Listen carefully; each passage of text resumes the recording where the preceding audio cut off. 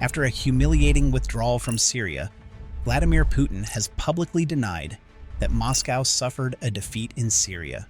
In his annual press conference, Putin declared that he had achieved all the goals he had set out for in Syria, saying that Moscow's role in Syria's collapse was overstated. This retreat, now framed as an exit, comes after close to a decade of Russia spending over $4 billion annually in Syria and suffering hundreds of casualties. Despite all that effort, Assad's regime fell last December, and the Hayat Tahrir al-Sham rebel faction took over, undoing years of Russian resistance in days. Putin is now in a scramble to protect his military bases back in Syria, all while trying to frame a narrative of a strong leader for his people at home, with both agendas seemingly failing. In today's video, we are going to go over what happened in the Syrian civil war for Russia to interfere, why Putin did indeed lose in Syria, and what his potential motivations for the denial and delusions are. With scenes like this throughout Syria, Putin is still adamant that he won in Syria. These are his words in response to a question he was asked about how Russia lost in Syria. I assure you this is not the case. We came to Syria 10 years ago to prevent a terrorist enclave from being established there. Overall, we achieved our goals.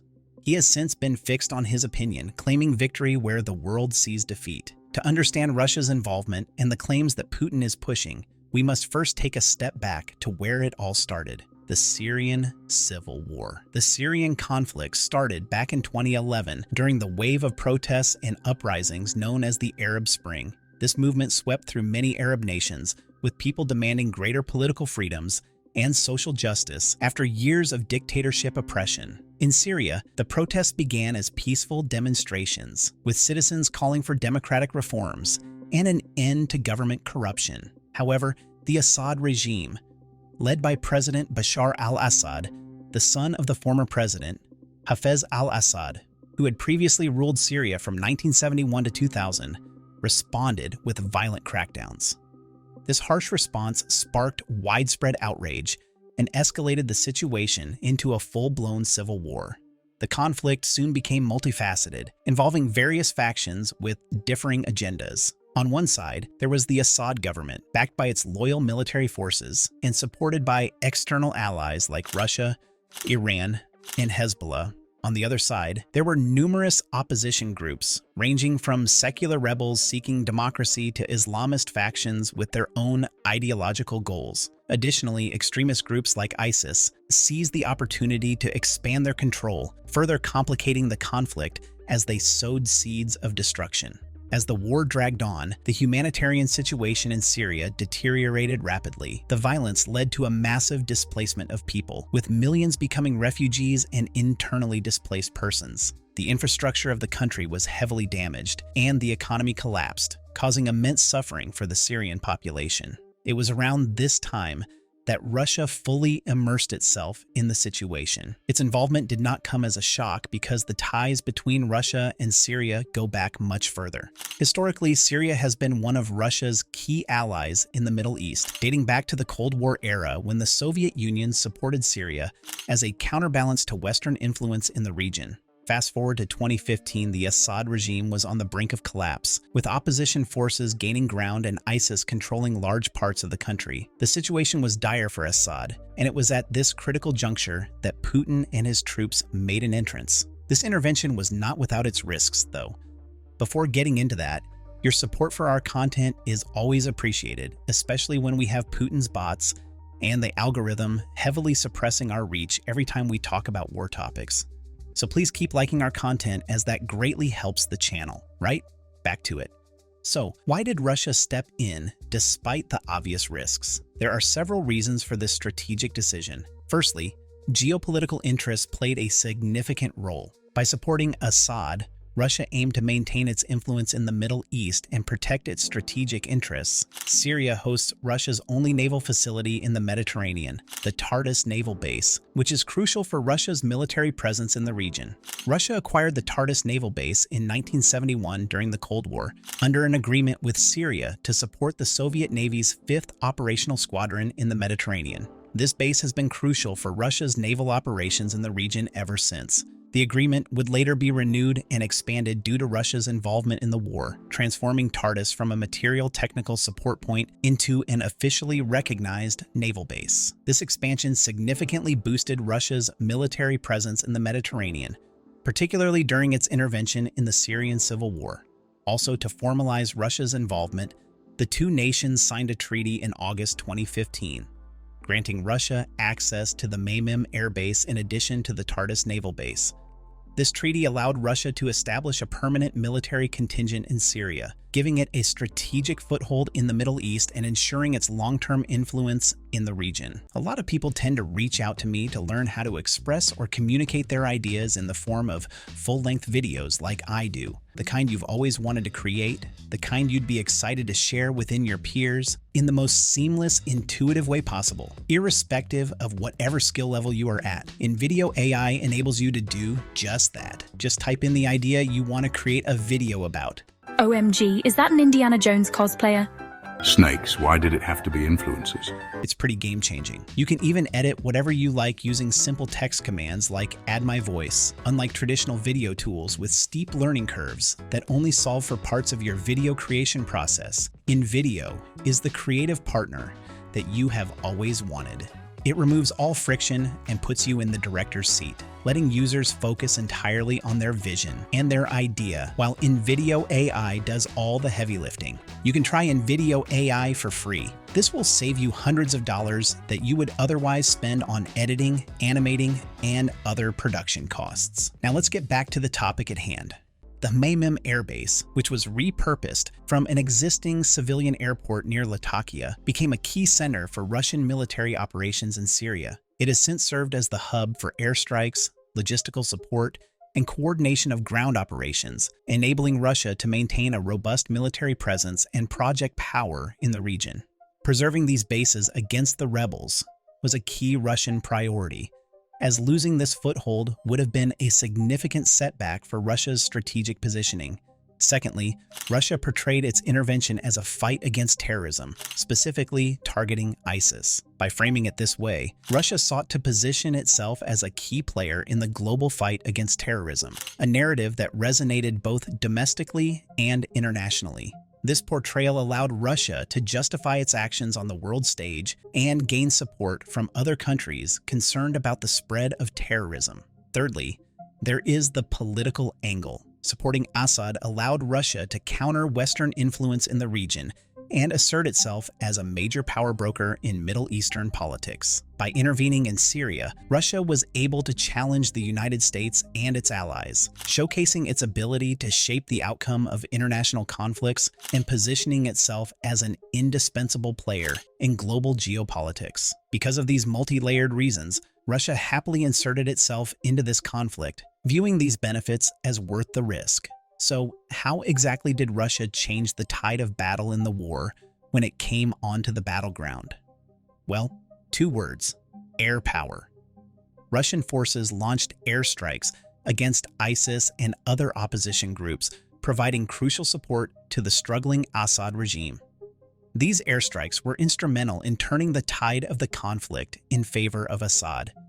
Russian aircraft targeted key opposition-held areas, disrupting supply lines and weakening rebel positions. In addition to air support, Russia also provided military advisors, equipment, and intelligence to the Syrian government. This assistance included advanced weaponry, training for Syrian troops, and strategic guidance. Russian troops were deployed on the ground, though in limited numbers, to assist in key operations and ensure the effectiveness of the military campaign. This military support was complemented by diplomatic efforts. Russia engaged in diplomatic negotiations, positioning itself as a mediator in the conflict. The Astana peace talks, co-sponsored by Russia, Iran, and Turkey, were a significant diplomatic initiative aimed at resolving the Syrian conflict. These talks sought to establish ceasefires, facilitate humanitarian aid, and pave the way for a political solution to the war. Russia's involvement in these talks highlighted its role as a key player in the peace process and its commitment to shaping the future of Syria. However, as powerful as Russia's support was, it did not make Assad and his troops invincible. On December 8, 2024, the Assad regime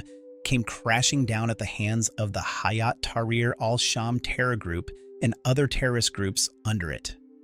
Right now, Syria is being ruled by the rebels, and Bashar al-Assad has since run away and he is taking refuge in Moscow. At the same time, Russia has withdrawn from Syria and it is caught in negotiations to keep its military bases. Looking at the situation, it's quite easy to see that things have not gone to plan, but one man disputes that. That man is Vladimir Putin. At his annual end-of-the-year news conference and in various public speeches, Putin has consistently dismissed claims that Russia suffered a loss in Syria. He emphasized that Russia's intervention was aimed at preventing a terrorist enclave from being established and insisted that Russia achieved its objectives. Despite the fall of Assad's regime, Putin maintains that Russia's mission in Syria was a success. Putin pointed to Russia's military support, which helped the Assad government regain control of large territories lost to rebel groups and extremist factions. He highlighted military victories such as the recapture of Aleppo in 2016 and the defeat of ISIS in key regions like Palmyra and Deir ez-Zor as evidence of Russia's success.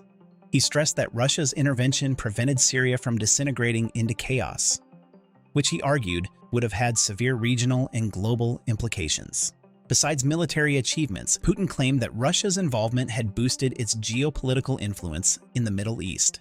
By supporting Assad, Russia positioned itself as an indispensable player in the region's politics, which he saw as a strategic victory. Putin pointed out that Russia maintained relations with various factions in Syria, including those controlling significant territories, allowing Moscow to play a crucial role in any future political settlement. Moreover, Putin framed Russia's actions in Syria as part of a broader fight against global terrorism. By combating ISIS and other extremist groups, Russia positioned itself as a key player in the international community's efforts to fight terrorism. This narrative was what he used to justify the intervention both domestically and internationally. So, is there truth in his reasoning despite what we are seeing on the ground? Let's break down the effects of his intervention objectively and find out. First, let's examine the military achievements. When Russia intervened in Syria in 2015, the Assad regime was on the verge of collapse. The opposition forces were gaining ground, and ISIS controlled significant territories. Russia's military support, particularly its air power, played a crucial role in turning the tide in Assad's favor. Russia launched extensive airstrikes against rebel positions and ISIS targets. These airstrikes helped the Syrian government reclaim key territories, including Aleppo in 2016 and Palmyra. Russian forces also provided vital support on the ground, including advanced weaponry, military advisors, and intelligence. These efforts bolstered the Assad regime and helped it regain control over much of Syria. However, it wasn't all victories for Russia. Despite their successes, Russia faced significant challenges. The conflict was far from straightforward, with numerous factions and shifting alliances making it difficult to achieve a decisive victory or even call it a success. Many critics have disputed Putin's points about stabilizing the region. They point out that while Russia was able to stabilize the Assad regime to some extent, the overall situation in Syria remained highly unstable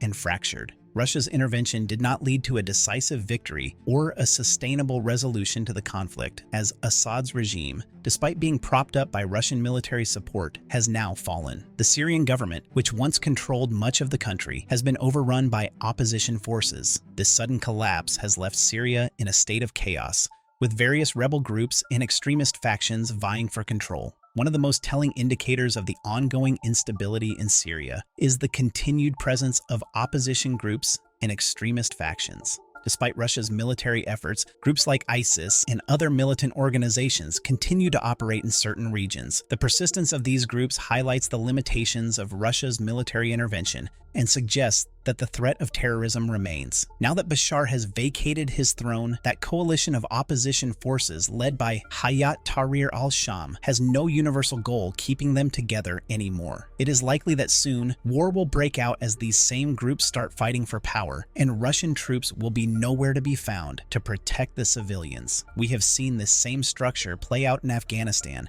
so we know how bloody these situations can get.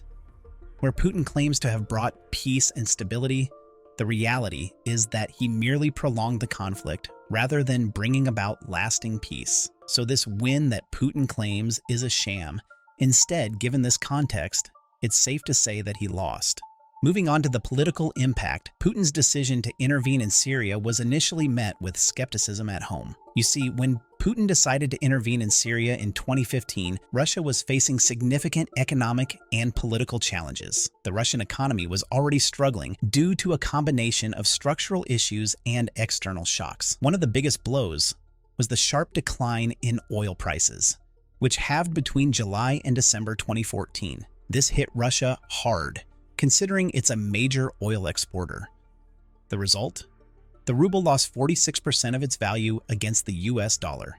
Adding fuel to the fire, Western countries had imposed economic sanctions on Russia in response to its annexation of Crimea. These sanctions further worsened the economic situation. Domestically, the economic downturn was noticeable. Real incomes and wages were declining, eroding consumer confidence and reducing domestic demand. The World Bank even projected that Russia's economy would contract by 3.8% in 2015 and continue to decline modestly by 0.3% in 2016. Investment also took a hit, with both the government and private investors scaling back on large infrastructure projects and investment programs. This slowdown in investment meant that any plans for economic growth were put on hold, compounding the sense of economic stagnation. Putin's decision to then intervene in Syria, despite all these local problems, was partly aimed at diverting attention from these domestic issues. It was a strategic move to change the tides for him. Despite the initial hesitation, as the military successes began to roll in, the intervention bolstered his image as a strong leader, capable of asserting Russia's power on the global stage. It helped consolidate his support base and distract from domestic issues,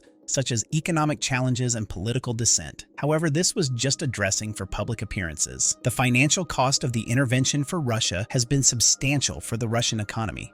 Estimates suggest that Russia has spent billions of dollars on its military operations in Syria, around $4 billion a year, for 9 years to be exact. This expenditure has strained the country's already struggling resources beyond their capacity. This public distraction actually had the counter effect of failing to focus those same funds on improving the situation at home, further worsening the situation behind the scenes. This financial burden of the intervention, coupled with the lack of a decisive victory, calls into question the overall success of Russia's involvement in Syria. Add to that the fact that Putin then walked right into an all-out war with Ukraine, a war that he's currently losing, then, that further buries the strongman image he was trying to create. What he sought to cover up with Syria has been exposed by Ukraine. You can actually reasonably claim that the rebels easily took Damascus because Putin was being kept too busy with Zelensky, and now he claims he won. That's delusion at its finest. Internationally, Russia's involvement in Syria positioned it as a key player in Middle Eastern politics. By denying any failure, Putin aims to preserve the perception that Russia maintains its influence in the region and can protect its strategic assets. After all, no one will treat Russia the same if they see it as a superpower that failed to protect its ally, then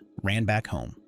Clinging to this strand of power, Putin's words are meant to reassure other nations where Russia has interests in that they are spring and they can protect their strategic assets. Also, by supporting Assad, Russia countered Western influence and strengthened its alliances with other regional players like Iran and Hezbollah. Russia's role in the Astana peace talks, co-sponsored with Iran and Turkey, highlighted its influence in shaping the future of Syria. However, this increased influence came at the cost of strained relations with Western countries. Many Western countries saw the intervention as a move to support the Assad regime and challenge Western influence in the Middle East. This led to increased geopolitical tensions and strained relations between Russia and Western nations. Western countries, particularly the United States and its allies, criticized Russia for its military actions in Syria, which included airstrikes that resulted in civilian casualties and the destruction of infrastructure. The West also accused Russia of supporting a regime responsible for widespread human rights abuses, further deteriorating the already tense relationship. Russia's involvement in Syria was part of a broader pattern of actions that were seen as undermining Western interests and values. This included the annexation of Crimea in 2014 and support for separatist movements in eastern Ukraine. These actions, combined with the Syrian intervention, contributed to a significant decline in Russia-West relations, leading to heightened tensions and diplomatic confrontations. nations. Russia's short-term goals broke long-term alliances, and now it finds itself alienated on the world stage and generally regarded as a bully. How does that count as a victory? While we are still on the subject of casualties, let's look at the humanitarian consequences. The Syrian conflict has been one of the most devastating humanitarian crises in recent history. Hundreds of thousands of people have been killed, and millions have been displaced. Russia's intervention, while aimed at stabilizing the Assad regime, also heavily contributed to the suffering. Russian airstrikes were often criticized for targeting civilian areas, including hospitals and schools. These attacks resulted in significant civilian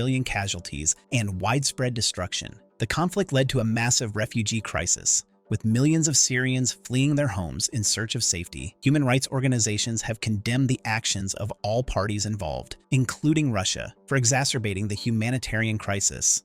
Despite claims of delivering aid and rebuilding infrastructure, the scale of the devastation and the ongoing suffering of the Syrian people cannot be ignored. The humanitarian crisis in Syria is staggering, with numbers that highlight the severity of the situation. Over 16.7 million people are in dire need of humanitarian assistance, and over 90% of the population lives below the poverty line.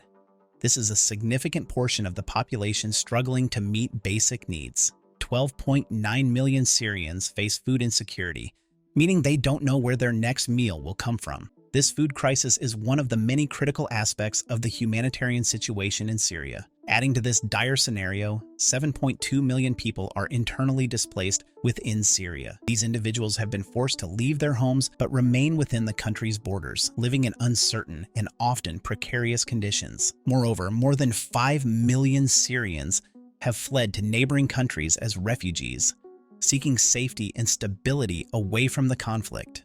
Just to give perspective, on a global scale, 120 million people have been forced to flee their homes due to war and violence, with Syrians making up a significant portion of this number. The scale of displacement is massive, contributing to the global refugee crisis and putting pressure on neighboring countries and international aid organizations. These numbers paint a grim picture of the ongoing suffering and displacement caused by the Syrian civil war. The crisis has led to widespread poverty, food insecurity, and displacement, affecting millions of lives and highlighting the urgent need for humanitarian assistance and a sustainable resolution to the conflict. This crisis has been worsened by Russian involvement as Putin added fuel to a war, leading to more mass casualties and a collapsing humanitarian crisis. To call such atrocities a success is a gross violation of moral code. The truth is not difficult to point out here. When you look at it from all angles, Russia simply failed in Syria, and in their losses, they are paying a heavy price. With the reality of the situation out of the way, let's take a look at what Putin's motivations in this denial could be. What has possessed him to be blind to the truth, or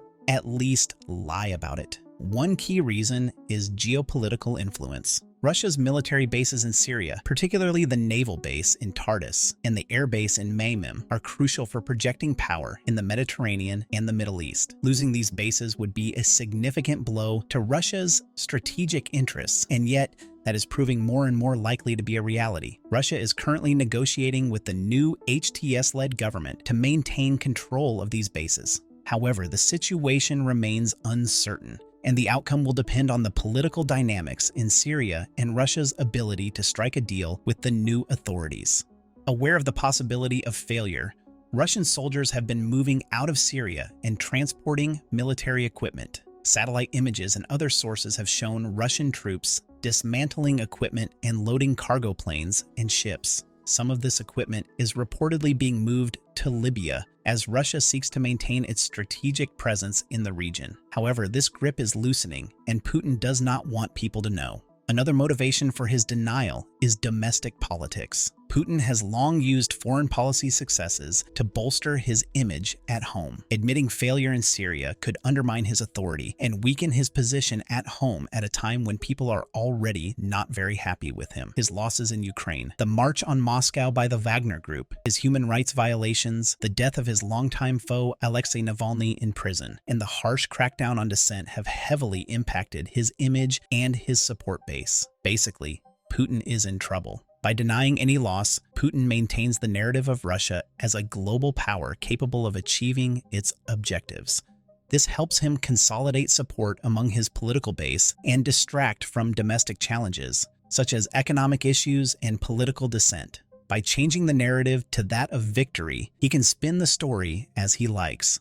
Moreover, there's the financial aspect. Russia has invested billions of dollars in its military operations in Syria. Acknowledging failure would mean admitting that this investment was wasted, which could have negative implications for Russia's economy and military budget. By framing the intervention as a success, Putin justifies the financial expenditure and reassures both the public and the military that their sacrifices were worthwhile. It's a lie, but it's one lie that people will eat up happily. Additionally, for Putin, acknowledging failure in Syria could have broader implications for Russia's foreign policy. It could weaken Russia's standing on the global stage and embolden its rivals. By maintaining the narrative of success, Putin seeks to project strength and deter adversaries from exploiting any perceived weakness. This is crucial for Russia's broader strategy of positioning itself as a major global power capable of influencing international affairs. While the reality on the ground may tell a different story, Putin continues to push the narrative of success to preserve Russia's strategic interests and his own political power. What's interesting is that Syria is not the only battleground that Putin is in denial of. He also doesn't seem to have realized how much of a mistake he made when he invaded Ukraine.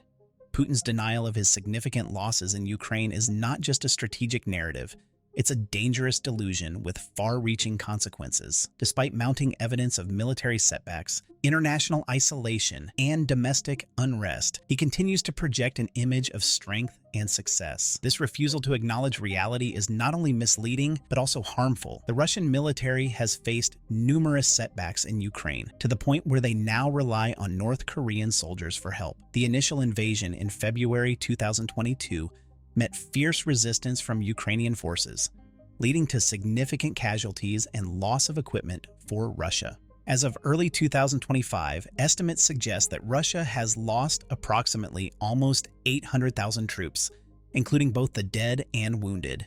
That is quite a high number. The resilience and determination of Ukrainian troops have thwarted many of Russia's strategic objectives, resulting in a prolonged and costly conflict. On top of the hundreds of billions already spent, as of 2025, Russia has allocated a record-breaking 13.5 trillion rubles, approximately $145 billion, to national defense. This amount is about 32.5% of its total national budget. This marks a significant increase from previous years and underscores Russia's unwavering commitment to the war. The financial strain of this military expenditure has been immense, with resources being diverted from other crucial sectors like welfare and education. Additionally, the economic impact of the war, including sanctions and the cost of compensating families of casualties, has further strained Russia's economy. Putin's refusal to acknowledge these setbacks only prolongs the suffering of Russian soldiers and their families. His actions in Ukraine have also led to widespread international condemnation and isolation. The invasion resulted in severe economic sanctions from Western countries, crippling Russia's economy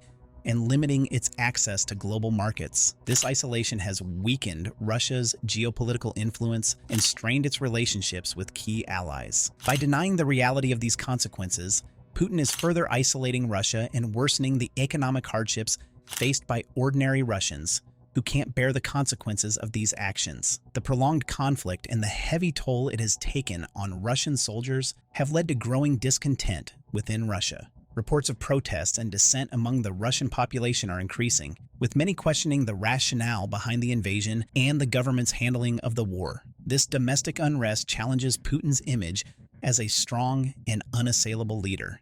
His denial of the true state of affairs only fuels the anger and frustration of the Russian people. Putin's decision to invade Ukraine was based on several strategic miscalculations. He underestimated the Ukrainian people's resolve and willingness to defend their sovereignty. On top of this, he overestimated the capabilities of the Russian military and its ability to achieve a swift and decisive victory. These miscalculations have resulted in a protracted and costly conflict that has exposed the weaknesses of the Russian military. Putin's refusal to admit these mistakes only continues the suffering of both the Russian and Ukrainian people. Much like in Syria, the invasion has caused a severe humanitarian crisis in Ukraine, with millions of people displaced and thousands of civilians killed or injured. The international community has condemned Russia's actions, and there have been calls for accountability for war crimes committed during the conflict. This humanitarian crisis has further tarnished Putin's image and undermined his claims of a justified and successful military operation. By denying the reality of this crisis, Putin is ignoring the immense suffering of innocent people. Much like the consequences of the denial in Syria, Putin's delusion of the Ukrainian war will ultimately lead to further suffering for both Russia and its people. Despite there being actors like the Russian state media, RT and Sputnik, who portray Russia's intervention as a decisive and heroic effort to stabilize Syria and combat terrorism, these outlets frequently highlight the military victories and downplay or ignore the negative consequences of the intervention. This portrayal is intended to bolster domestic support for Putin's policies and enhance Russia's image on the international stage. In contrast, many Western media outlets have been more critical of Putin's claims. Major news organizations like the BBC, CNN, and the New York Times have reported on the extensive human rights abuses and civilian casualties resulting from Russian airstrikes. They paint a darker side of Putin's intervention and how ultimately he achieved very little at the cost of so much. With Assad no longer in power, the so-called success of Russia's strategic goals in Syria is now in question. The sad reality is that no matter how Putin tries to spin his web of lies, exaggerations, and falsehoods, the truth is there for everyone to see. Russia left Syria with its tail between its legs and is now negotiating with the same rebels they sought to destroy. That tells you everything you need to know about the alleged success of Putin's mission. Syria has been left to the wolves, and with more internal fighting happening, it's hard to declare that stability has been brought into the nation.